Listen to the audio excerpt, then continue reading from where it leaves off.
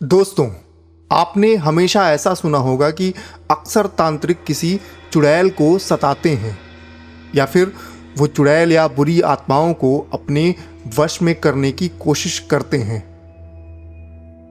लेकिन आज मैं जिस सच्ची घटना के बारे में बताने जा रहा हूँ, उसमें तांत्रिक को चुड़ैल से प्यार हो गया था।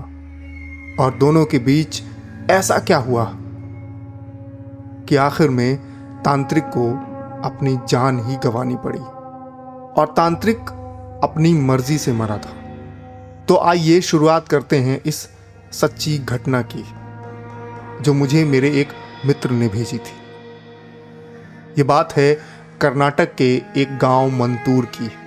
रात के ठीक 12 बज रहे थे। गांव से ही लगे हुए जंगल में एक खामोशी छाई हुई थी। न हवा चल रही थी, न पत्ते हिल रहे थे और न किसी जानवर की आहट थी। सिर्फ दूर कहीं उस पुराने टूटे मंदिर के नीचे गीली मिट्टी से उठती हुई सड़ी हुई गंध थी। उसी मंदिर के बारे में गांव में बचपन से ही एक ही बात कही जाती थी, वहां दिन में एक साया घूमता है और रात में तो कोई जिंदा इंसान वहां टिक भी नहीं सकता। इसी डरावने जंगल के किनारे एक झोपड़ी में रहता था गांव का तांत्रिक। लोग उससे डरते थे क्योंकि वो मरे हुए जानवरों की हड्डियों से तंत्र करता था और अमावस्या की रात को शमशान में बैठकर ऐसे मंत्र पढ़ता था जिसकी भाषा किसी इंसान को तो समझ नहीं आती थी। वो क्या खाता था, क्या पीता था, किसी को कुछ भी नहीं पता था। उस रात भैरव, जिसके बारे में मैंने अभी आपको बताया, अपने साथ एक लोहे का संदूक लेकर के उसी जंगल में आया था।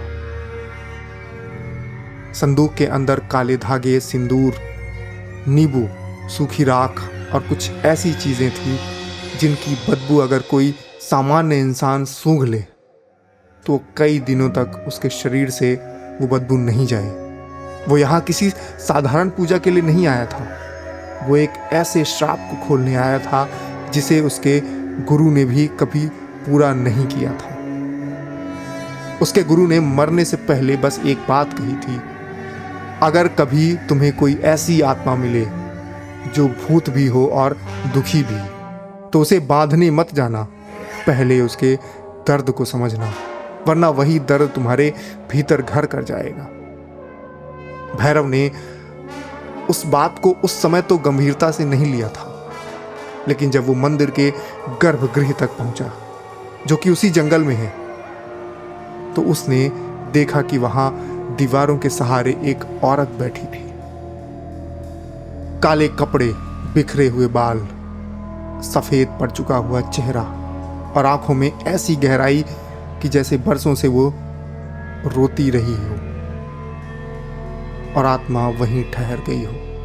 एक दिन पहले भैरव को इस जगह का सपना आया था और उस सपने में उसे जो जो दिखा था वो सब बिल्कुल वैसा ही यहां दिख रहा था। भैरव को ऐसा लग रहा था कि जैसे उसे कोई यहां बुला रहा हो और कोई औरत भैरव को बहुत कष्ट में पुकार रही हो। यहां पहुंचते ही भैरव के कदम वहीं रुक गए। तुम यहां क्यों आए हो? उस औरत ने बिना सिर उठाए कहा। आवाज में डर नहीं था, दर्द था, और दर्द भी ऐसा जो बहुत पुराना हो चुका था। भैरव ने हाथ की मुट्ठी कस ली और बोला, तुम वही हो ना जिसके नाम से ये जंगल कांपता है? औरत हल्की सी हंसी और फिर बोली, लोग नाम देते हैं ताकि असल कहानी हमेशा के लिए छुपी रहे। भैरव ने यह सुना तो वो चुप हो गया, क्योंकि उसकी आंखों के सामने जो बैठी थी वो कोई राक्षसी आकृति नहीं थी। वो एक टूटी हुई आत्मा थी, डर से नहीं, अपमान से बनी हुई। उसका नाम माया था और माया की कहानी किसी चुड़ैल बनने की नहीं थी। उसकी कहानी एक इंसान से शुरू होती थी। बहुत साल पहले माया उसी गांव की एक सीधी सादी लड़की थी। सुंदरता से ज़्यादा उसकी आंखों में मासूमियत थी। वो मंदिर में दीप जलाती, घायल पक्षियों का इलाज करवाती, और किसी से ऊंची आवाज़ में उसने कभी बात भी नहीं की। लेकिन गांव का एक जमींदार उसे देख करके पागल हो गया था। वो माया को पाना चाहता था। माया ने इनकार कर दिया, और उसी इनकार ने उसकी जिंदगी उजाड़ दी। जमींदार ने गांव के एक काले तांत्रिक को पैसे दिए। उसी रात, आधी रात के बाद, माया को खेतों के किनारे बुलाया गया और उसे धोखे से पकड़ लिया गया। उसके ऊपर मंत्र फूंके गए। उसका नाम जपते जपते उसका इंसानी अस्तित्व तोड़ दिया गया। फिर उसे टूटे हुए मंदिर के नीचे दबा दिया गया, जहां उसकी सांसें तो बच गईं, लेकिन उसकी दुनिया नहीं बची। वो मरी नहीं थी, वो अधूरी छोड़ दी गई थी। और अधूरा दर्द सबसे भयानक श्राप बनता है।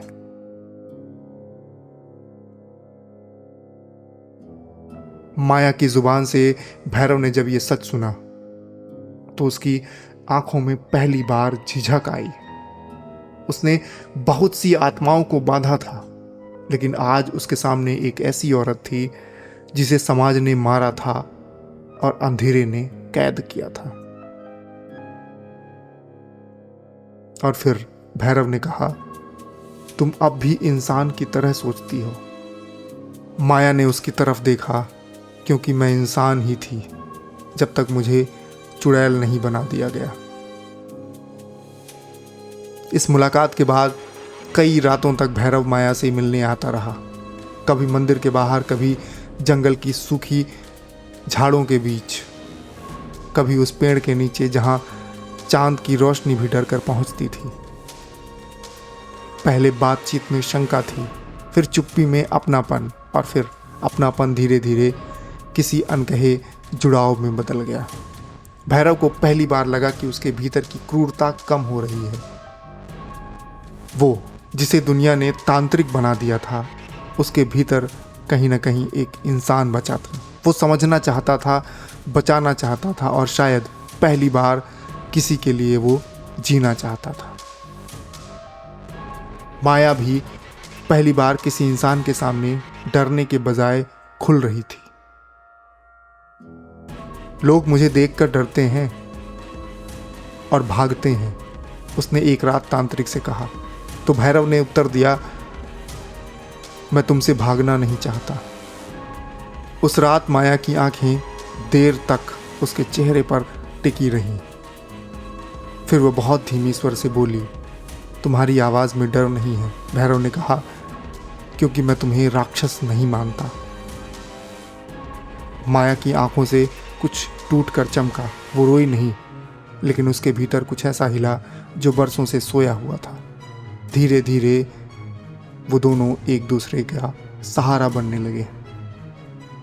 भैरव उसके लिए मंत्र नहीं, पानी लाता था। माया उससे छिपती नहीं, बल्कि इंतज़ार करती थी। लेकिन उनका प्रेम जितना गहरा होता गया, उतना ही उनके चारों ओर अंधेरा भी जागने लगा। गांव में अब अजीब बातें होने लगी।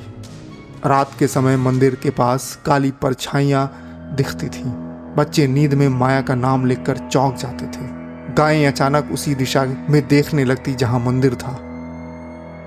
कुछ लोगों के सपनों में माया का असली चेहरा नहीं, बल्कि उसके पीछे खड़ी एक गहरी दुष्ट आकृति दिखने लगी। भैरव को एहसास हुआ कि माया सिर्फ श्रापित नहीं थी, उसके भीतर एक पुरानी भयानक शक्ति भी बंद थी। वो शक्ति माया की नहीं थी, उसे कैद किया गया था। और जब प्रेम के कारण वो और अधिक जागने लगी, तो एक रात माया खुद कांपते हुए बोली, तुमसे मिलकर मैं कमज़ोर नहीं हुई हूँ, मैं और ख़तरनाक हो गई हूँ। तो भैरव ने तुरंत पूछा, क्यों? माया ने सर झुका लिया, क्योंकि मेरा श्राप मुझसे कहता है, अगर कोई मुझसे सच्चा प्रेम करेगा तो वो भी मेरे अंधेरे का हिस्सा बन जाएगा। ये सुनकर भैरव के चेहरे का भय उभरा, लेकिन पीछे हटने की बजाय उसने उसकी ओर एक कदम बढ़ा दिया। तो क्या हुआ? उसने कहा, अगर अंधेरे को बांटना पड़े तो मैं बांट लूंगा। माया की आंखें फैल गईं। किसी ने उसे आज तक इतना सरल, इतना सच्चा, इतना निस्वार्थ वाक्य नहीं कहा था। लेकिन वही पल उनके लिए सबसे खतरनाक था, क्योंकि प्रेम ने श्राप को जगा दिया था। तो तांत्रिक अगले कुछ और रातों तक माया की परछाई से हर रात मिलता रहा। ये परछाई सिर्फ उसे ही दिखती थी। तांत्रिक को भी ये बात पता थी कि वो खुद मूर्त रूप में है और वो जिससे प्रेम कर बैठा है वो तो सिर्फ एक परछाई है जिसे इस दुनिया से मुक्त होना है। उस रात जंगल में हवा नहीं, जैसे कोई चेतावनी बह रही हो। मंदिर की जड़ों से काली नमी उठ रही थी। भैरव ने अपने गुरु की दी हुई अंतिम ताबीज निकाली। वो समझ चुका था कि माया को बचाने के लिए उसे उसके भीतर छुपी हुई दुष्ट शक्ति को खत्म करना होगा। माया डर गई। अगर तुमने ऐसा किया तो तुम खुद टूट जाओगे और शायद तुम्हें अपनी जान भी गंवानी पड़ी। भैरव ने उसकी हथेली थामी और कहा, अगर तुम्हें मुक्त होना है तो कोई तो कीमत चुकाएगा। माया के होंठ कांप गए और वो बोली, मैं तुम्हें खोना नहीं चाहती। भैरव ने धीमे से कहा, और मैं तुम्हें फिर अधूरा नहीं छोड़ सकता। उसने जमीन पर मंत्रों का घेरा बनाया, सिंदूर फेंका, काले धागे बांधे, राख में मंत्र लिखे, और जैसे ही उसने आखिरी शब्द बोला, मंदिर के भीतर से एक भयावह गुर्राहट उठी। जमीन हिलने लगी, दीवारें कांपने लगी, हवा जैसे चीख पड़ी हो। माया के पीछे से एक काली छाया उठी, बहुत लंबी, बहुत पतली और बहुत पुरानी। उसकी आंखें आग जैसी नहीं बल्कि कब्र जैसी थी। भैरव को समझ आ गया था कि यही वो शक्ति थी जिसने माया को चुड़ैल बनाया था। अब या तो ये शक्ति खत्म होगी, और फिर उसने दांत भी चीर कहा, या हम दोनों। माया ने रोते हुए उसकी बाह पकड़ ली। अरे मत करो! लेकिन भैरव पीछे नहीं हटा। उसने तावीज को अपनी मुट्ठी में दबाया, अंतिम मंत्र पढ़ा और फिर अपनी पूरी ऊर्जा उस छाया पर फेंक दी। काली शक्ति चीखी, मंदिर की छत से पत्थर गिरने लगे, जंगल में हवा पागल सी हो गई, और उसी क्षण माया की आंखों में पहली बार मानवीय रोशनी लौटी। लेकिन भैरव वहीं गिर पड़ा। उसके शरीर में ताकत नहीं बची थी। माया दौड़ करके उसके पास पहुंची। भैरव! उसकी आवाज टूट रही थी। ये तुमने क्या किया? भैरव ने बहुत मुश्किल से मुस्कुराते हुए कहा, क्योंकि पहली बार मैं किसी को बचाने के लिए नहीं, उसके लिए जीने लगा था। माया की आंखों से आंसू बह निकले। वो सालों बाद रोई थी। रोई एक इंसान की तरह, रोई एक प्रेम करने वाली आत्मा की तरह। उसने भैरव को बाहों में भर लिया, लेकिन तभी मंदिर के भीतर से वही दुष्ट छाया फिर उठने लगी। अभी तक तो वो पूरी तरह खत्म भी नहीं हुई थी, बस पीछे हट गई थी। अब माया के सामने एक ही रास्ता था, या तो वो फिर से उस अंधेरे के कैद में चली जाए, या भैरव को बचाने के लिए खुद को उसी आग में झोंक दे। उसने भैरव के माथे को छुआ और फुसफुसाई, तुमने मुझे इंसान जैसा महसूस कराया, अब मैं तुम्हें अकेले नहीं छोड़ूंगी। फिर उसने अपनी पूरी बची हुई शक्ति उस श्राप में डाल दी। रोशनी और अंधेरा टकराए, जंगल भर में एक भयंकर धमाका बुझा, और फिर सब शांत हो गया। अगली सुबह गांव वालों ने मंदिर के पास सिर्फ जली हुई मिट्टी देखी। न भैरव था, न माया, न कोई तांत्रिक यंत्र, न कोई चुड़ैल की आकृति, बस एक टूटा हुआ मंदिर और उसके ऊपर बैठा हुआ एक काला कौवा। लेकिन हर अमावस्या की रात जब हवा बहुत ठंडी हो जाती, तब उस मंदिर की दीवारों पर दो परछाइयां दिखाई देती, एक पुरुष की और एक स्त्री की। वो डराती नहीं, वो बस खड़ी रहती, जैसे कोई अधूरे प्रेम की आखिरी गवाही हो। और गांव के लोग आज भी कहते हैं, कुछ प्रेम ऐसे होते हैं जो दुनिया से नहीं, श्राप से लड़ते हैं। और जब ऐसे प्रेम मारे जाते हैं तो उनकी आत्माएं और भी गहरी हो जाती हैं।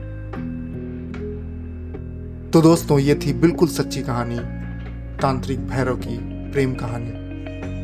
अगर आपको ये कहानी पसंद आई हो तो हमारे इस चैनल ऑडियो वाला शो को सब्सक्राइब ज़रूर करें। चलता हूँ, धन्यवाद।